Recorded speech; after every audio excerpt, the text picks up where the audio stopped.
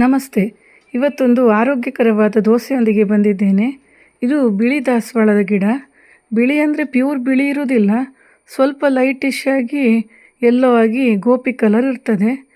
Pure ಬಿಳಿ ಮತ್ತು ಬೇರೆ ಯಾವ ಜಾತಿದು ದೋಸೆ ಮಾಡಲಿಕ್ಕೆ ಅಥವಾ ಆರೋಗ್ಯಕ್ಕೆ ತುಂಬ ಒಳ್ಳೆಯದಲ್ಲ. ಇದು ತುಂಬ ಒಳ್ಳೆಯದು. ನಮ್ಮ ಅಮ್ಮನ ಕಾಲದಿಂದನೂ ಇದರ ದೋಸೆಯನ್ನು ಮಾಡ್ತಾಯಿದ್ರು.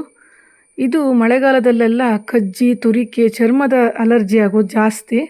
ಅದಕ್ಕೆ ಇದರದ್ದು ತಿಂಡಿಯನ್ನು ಬೆಳಿಗ್ಗೆ ಮಾಡಿ 3 ದಿವಸ ಕಂಟಿನ್ಯೂಸ್ ಆಗಿ ತಿಂದರೆ ಸರಿ ಹೋಗ್ತದೆ. 1 ಹಿಡಿ ಆಗುವಷ್ಟು ಸೊಪ್ಪನ್ನು ಚೆನ್ನಾಗಿ ತೊಳೆದು ಮಿಕ್ಸರ್ನಲ್ಲಿ ನೈಸಾಗಿ ರುಬ್ಬಬೇಕು. ನಾನಿವತ್ತು ಉದ್ದಿನ ದೋಸೆ ಹಿಟ್ಟನ್ನು ರುಬ್ಬಿದ್ದೆ.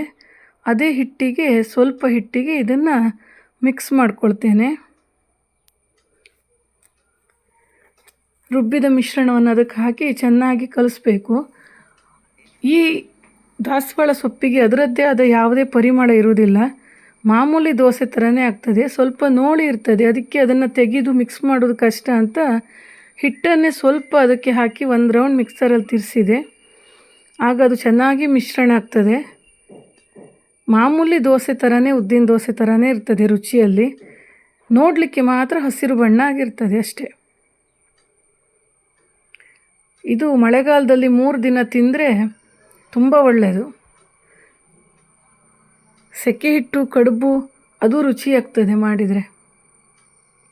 ರುಚಿಗೆ ತಕ್ಕಷ್ಟು ಉಪ್ಪನ್ನು ಹಾಕಿ ರಾತ್ರಿ ಇಡೀ ಮುಚ್ಚಿ ಇಡಬೇಕು,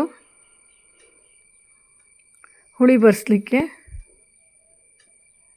ಆಮೇಲೆ ಬೆಳಿಗ್ಗೆ ಇದನ್ನು ಚೆನ್ನಾಗಿ ಮಿಶ್ರಣ ಮಾಡಿಕೊಂಡು ದೋಸೆ ಮಾಡೋದು. ಈ ಜಾತಿ ದಾಸವಾಳ ಗಿಡ ಈಗ ತುಂಬ ಅಪರೂಪ ಆಗಿದೆ, ಸಿಗುವುದೇ ಇಲ್ಲ. ನಾನು ಒಂದು ಗಿಡ ಬೆಳೆಸ್ಕೊಂಡಿದ್ದೇನೆ. ಕಬ್ಬಿಣದ ಕಾವಲಿನ ಕಾಯಲಿಕ್ಕೆ ಇಟ್ಟು ಅದಕ್ಕೆ ತುಪ್ಪ ಹಚ್ಚಿ ಬಾಳೆ ದಿಂಡಲ್ಲಿ ಚೆನ್ನಾಗಿ ತುಪ್ಪವನ್ನು ಎಲ್ಲ ಕಡೆಗೆ ತಿಕ್ಕೊಳ್ಬೇಕು. ಆಗ ದೋಸೆನೂ ಚೆನ್ನಾಗಿ ಎಬ್ಸ್ಲಿಕ್ಕೆ ಬರ್ತದೆ.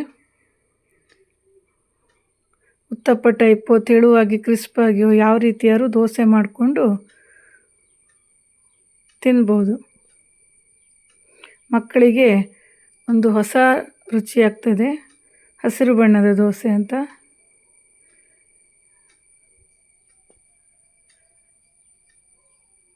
ಈ ರೀತಿ ಚೆನ್ನಾಗಿ ಎಳ್ಕಲಿಕ್ಕೂ ಬರ್ತದೆ, ಏನೂ ತೊಂದರೆ ಇಲ್ಲ. ಜಾಸ್ತಿ ಹಾಕಬಾರ್ದು ಸೊಪ್ಪನ್ನು, ಆಗ ಸ್ಮೂತ್ ಬರ್ತದೆ ಹಿಟ್ಟು. ಜಾಸ್ತಿ ಆದರೆ